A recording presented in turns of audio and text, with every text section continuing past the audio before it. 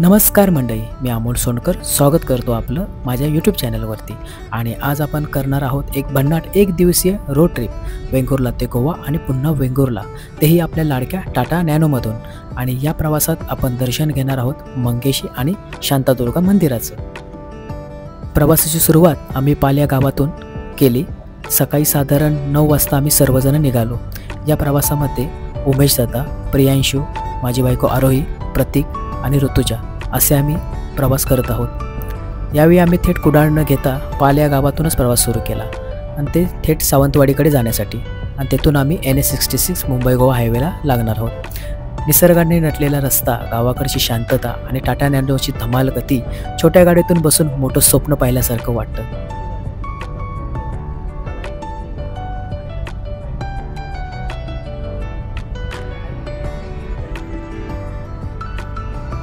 तर मित्रांनो, आपण या मॅपद्वारे आपला आजचा रूट कसा असणार आहे हे आपण इथे पाहू शकता.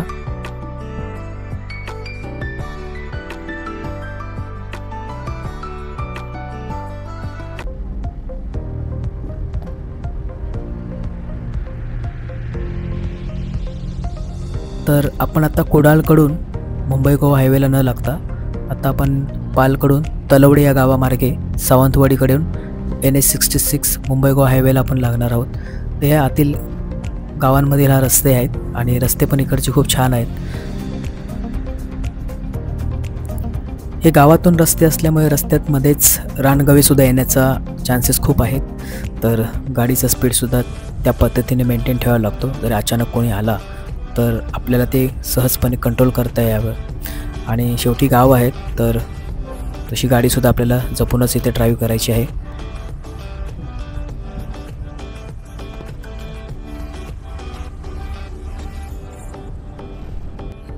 तर हे इंटरनल रोड आहेत, तर इथून सुद्धा गोवा बॉर्डर लागते आणि हायवेच्या इथे सुद्धा एक सावंतवाडीच्या पुढे गोवा बॉर्डर आहे. तर इथे सुद्धा चेकपोस्ट आहे.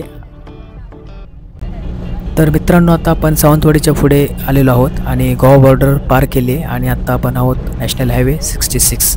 आणि हे जे आता वरती फ्लायओव्हर दिसतंय तर ते जाते मोप्पा म्हणून एअरपोर्ट आहे, तिथे रस्ता जातो हा. तर मित्रांनो, आपल्या व्हिडिओमध्ये सर्व फुटेज एकदम रॉ आहेत आणि कुठलीही एडिटिंग नाही आहे. जशी आहे तशी आपण प्रेझेंट केले. आणि आत्ता ही काही क्लिप आहेत, तर 1-2 क्लिप मी अशी आहे की त्याला बॅकग्राऊंड म्युझिकही दिली नाही, तर रिअल थीमवरती ठेवलेली आहे. जसं गोव्याचा हायवे लागला ना मित्रांनो, मग काय विचारू नका. टाटा नॅनोचा सुपरफास्ट परफॉर्मन्स तुम्हाला इथे बघायला मिळणार आहे. 80 ते 100 किमीचा स्पीड सहज सांभाळते. गाडी हलकी असली तरी रोडवर अगदी स्टेबल वाटते. छानपैकी ओव्हरटेक करते, तेही अगदी सहजपणे. सरळ रस्त्यावरती ही कार जबरदस्त स्पीड पकडते. मला स्पोर्ट्स मोड लावायची गरजच लागली नाही. हायवेवरील या गाडीचा अनुभव अगदी सुपरफास्ट आणि या कारसोबत तुम्ही अगदी बजेट फ्रेंडली पॅकेजमध्ये ट्रिप पण एन्जॉय करू शकता, अशी ही आपली कार आहे. तर मित्रांनो, ही रोड ट्रिप, ही जर्नी तुम्ही या व्हिडिओमार्फत एन्जॉय करा आणि गाडीचा परफॉर्मन्स तुम्हाला ह्या व्हिडिओमार्फत संपूर्ण पाहायला देखील मिळणार आहे.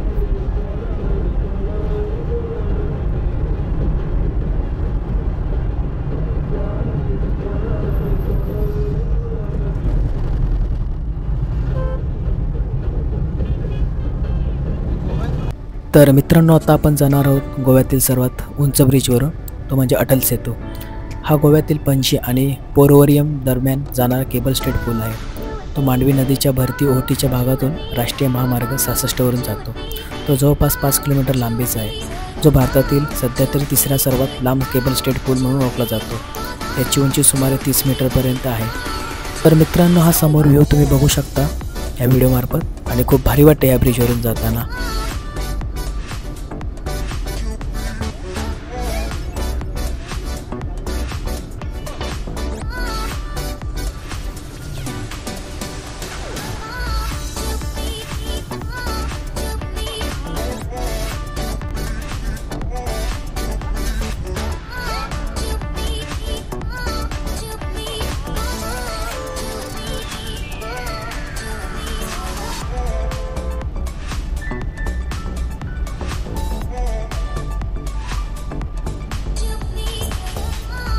गोवा राज्यातील संपूर्ण रस्ते खूप छान आहेत आणि गाडी ड्राईव्ह करायला पण खूप भारी वाटते.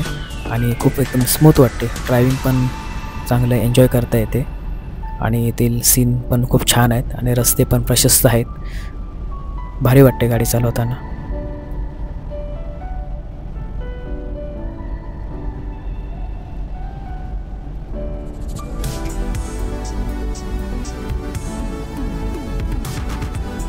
तर मित्रांनो, आम्ही लोकेशनप्रमाणे सर्वप्रथम मंगेशी टेम्पलला व्हिजिट करणार आहोत.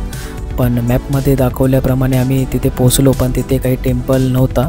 तर आम्ही तिथे लोकल लोकांशी चर्चा केल्यानंतर त्याप्रमाणे आम्ही रस्ते फॉलो केले आणि त्याच्यानुसारच आम्ही मंदिर आम्हाला सापडलं. तर थोडा आम्हाला तिथे आमचा वेळ पण गेला मंदिर शोधण्यात. थोडक्यात मॅपने आम्हाला चुकवलं. तर मित्रांनो, आता आपण लगेचच पोचणार आहोत मंगेशी टेम्पल गोवा येथे. तर मंगेशी मंदिर हे उत्तर गोव्यामधील फोंडा तालुक्यामध्ये स्थित आहे. श्री मंगेशी हे शंकराचेच रूप आहे.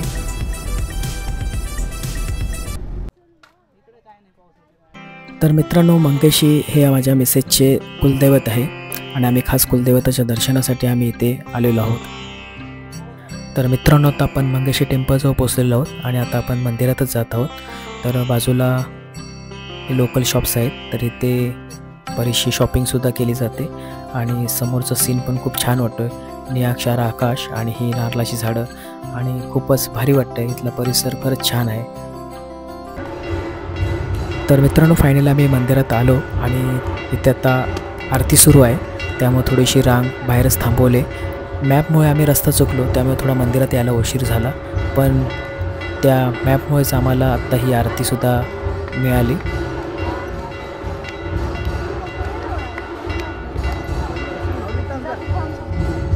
तर मित्रांनो, या मंदिराचे वैशिष्ट्य असे आहे की हे गोव्यातील सर्वात प्रसिद्ध आणि मोठं शिवमंदिर आहे. श्री मंगेशी हे गोव्याच्या सारस्वत ब्राह्मण समाजाचे कुलदैवत मानले जातात. मंदिराची वास्तुरचना पारंपरिक गोमंतीय शैलीत असून त्यामध्ये एक उंच दीपमाळ पांढरा शुभ्र अशी रचनेमध्ये दिसते आणि शांतता जाणवते. तर इथे समोर एक छानसं तळ देखील दिसतंय. मंदिर परिसर स्वच्छ आणि पवित्र आहे आणि येथे दर्शनाला येण्यासाठी पारंपरिक पोशाख घालणे अनिवार्य आहे. या मंदिराची मूळ मूर्ती वास्को भागात होती, पण पोर्तुगीजांच्या आक्रमणामुळे ती 1560 साली आत्ताच्या मंगेशी गावात स्थलांतरित करण्यात आली. मंदिराचा इतिहास सुमारे 450 वर्षांहून अधिक जुना आहे. येथील प्रमुख उत्सव महाशिवरात्री, माघी फाल्गुन यात्रा, रथोत्सव हे येथे मोठ्या थाटात साजरे होतात. उत्सवांच्या काळात संपूर्ण मंदिर परिसर दिव्यांनी सजवलेला असतो. इथे आम्ही काही फोटोज देखील घेतले, हे तुम्ही पाहू शकता. तर मित्रांनो, आता आपण जाणार आहोत दुसऱ्या ठिकाणी, ते म्हणजे शांतादुर्गा मंदिर. तेही फोंड्यामध्येच आहेत आणि हे मंगेशी मंदिराच्या अगदी जवळच आहे.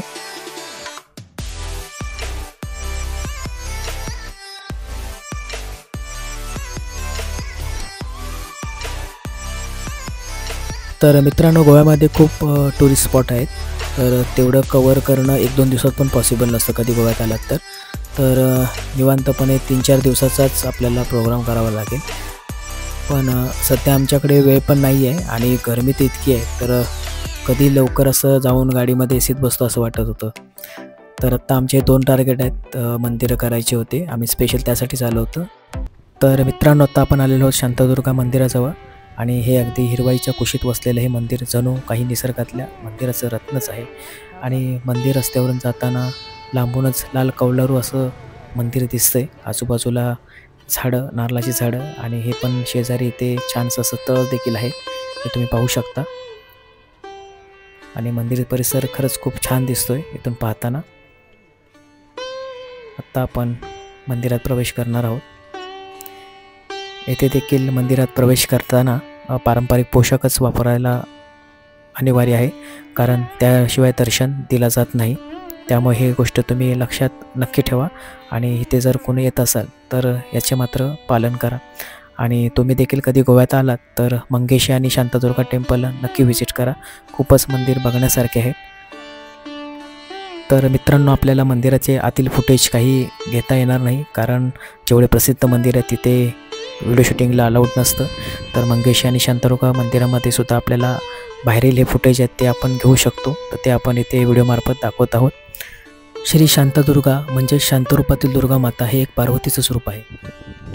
देवी शांतादुर्गा ह्या शिव आणि विष्णू यांच्यातील संघर्ष मिटवणारी शांततेची देवी मूर्ती मानल्या जातात. देवीला दोन्ही बाजूंना शिव आणि विष्णू यांना सांभाळताना दाखवले जाते. हे मंदिराच्या दर्शनात विशेष आहे. मंदिराचे स्थापत्य गोमंतीय व पोर्तुगीज प्रभाव असलेले सुंदर मिश्रण आहे. तर मित्रांनो, ते भक्त निवास देखील आहेत. या मंदिराचा इतिहास म्हणजे मूल मंदिराचे स्थलांतर पोर्तुगीज आक्रमणामुळे झाले. सध्याचे मंदिर 1738 साली बांधले गेले. हे मंदिर गोव्यातील गौड सारस्वत ब्राह्मण समाजाचे कुलदैवत आहे. येथील उत्सव खास करून नवरात्र, माघ यात्रा, वार्षिक जत्रा मोठ्या भक्तिभावाने साजरी केली जाते. विशेष पूजेसाठी दूरवरून भाविक येतात आणि ते आम्ही फोटोज देखील घेतलेत, हे तुम्ही पाहू शकता.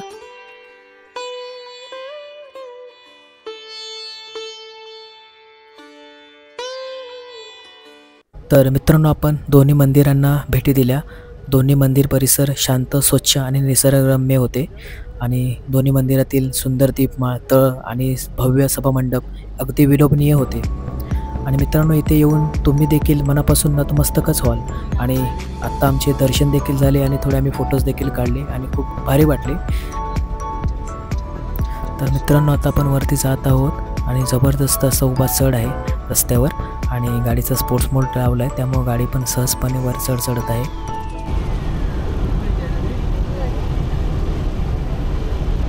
तर मित्रांनो, आत्ता आपण बघत असलेली छोटीशी क्लिप मी विदाऊट बॅकग्राऊंड ठेवले आणि एकदम रॉ फुटेज आहे. आणि तुम्ही बघू शकता की गाडीचा या फ्लायओव्हरवरती खूप छान परफॉर्मन्स आहे आणि एकदम स्मूथ रोड आहे आणि ड्राईव्ह पण करताना खूप भारी वाटते आणि गाडी पण एकदम स्टेबल राहते. तर मित्रांनो, जबरदस्त ऊन आहे गोव्यामध्ये, वेंगुर्लापेक्षा जास्त जाणवतो आहे. आम्ही रिफ्रेशमेंट म्हणून आम्ही मंगेशी टेम्पलचे ते आम्ही कोल्ड्रिंक देखील आम्ही सर्वांनी घेतली आणि थोडी शॉपिंग देखील केली. आणि आत्ता जेवणाची वेळ झाली, म्हणजे होऊनच गेली, जवळपास 3 वाजले. आत्ता आम्ही छानपैकी रेस्टॉरंट बघून पहिलं आम्ही जेवण घेणार आहोत. तर मित्रांनो, आत्ता आम्ही जेवायला एका ठिकाणी थांबलो गोवा सिटीमध्ये आणि इथे मी चनाक फिश घेतली, गोव्यातली फेमस, आणि बाकीच्यांनी बांगडा थाली घेतली. मला ॲक्च्युली काटे फार जमत नाहीत, त्याच्यामुळे मी चनाक फिश घेतली कारण त्याच्यामध्ये काटे अजिबात नसतात.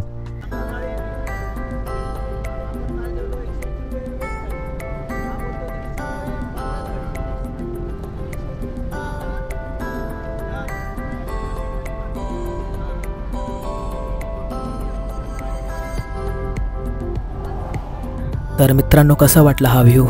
एकदम भारी ना? गोव्यातील रस्ते आणि इथले सिनरी आहे ना, एक नंबर, एकदम बघण्यासारखे वाटतात. तर मित्रांनो, आत्ताच आमचं लंच झालं गोव्यातील एका स्थानिक रेस्टॉरंटमध्ये. मात्र जेवण इतकं छान होतं बनवलेलं आणि सर्व देखील एकदम छान केलं होतं प्लेटमध्ये. मात्र बऱ्यापैकी पदार्थांमध्ये मीठ नव्हते आणि टेस्ट म्हणाल तशी नव्हती. पण आपल्या रत्नागिरी आणि सिंधुदुर्ग पट्ट्यामध्ये जशी ऑथेंटिक टेस्ट आहे ती इथे नाही अनुभवता आली.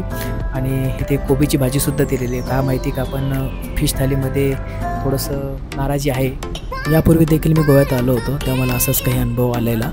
त्याच्यानंतर तर मी इथे व्हेज रेस्टॉरंटमध्येच आम्ही लंच डिनर प्रेफर केलं.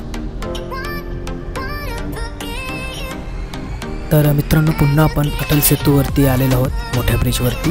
आणि भारतातील काही आधुनिक तंत्रज्ञान वापरून बांधलेल्या पुलांपैकी हा एक आहे. आणि रात्री सुंदर प्रकाश जोतात लखलखणारा पूल आणि हे गोव्याचे खास आकर्षणाचंच केंद्रबिंदू ठरलेलं आहे. आणि या प्रकल्पाने गोव्याच्या उत्तर व दक्षिण भागात जलद गतीने संपर्क साधला जातो.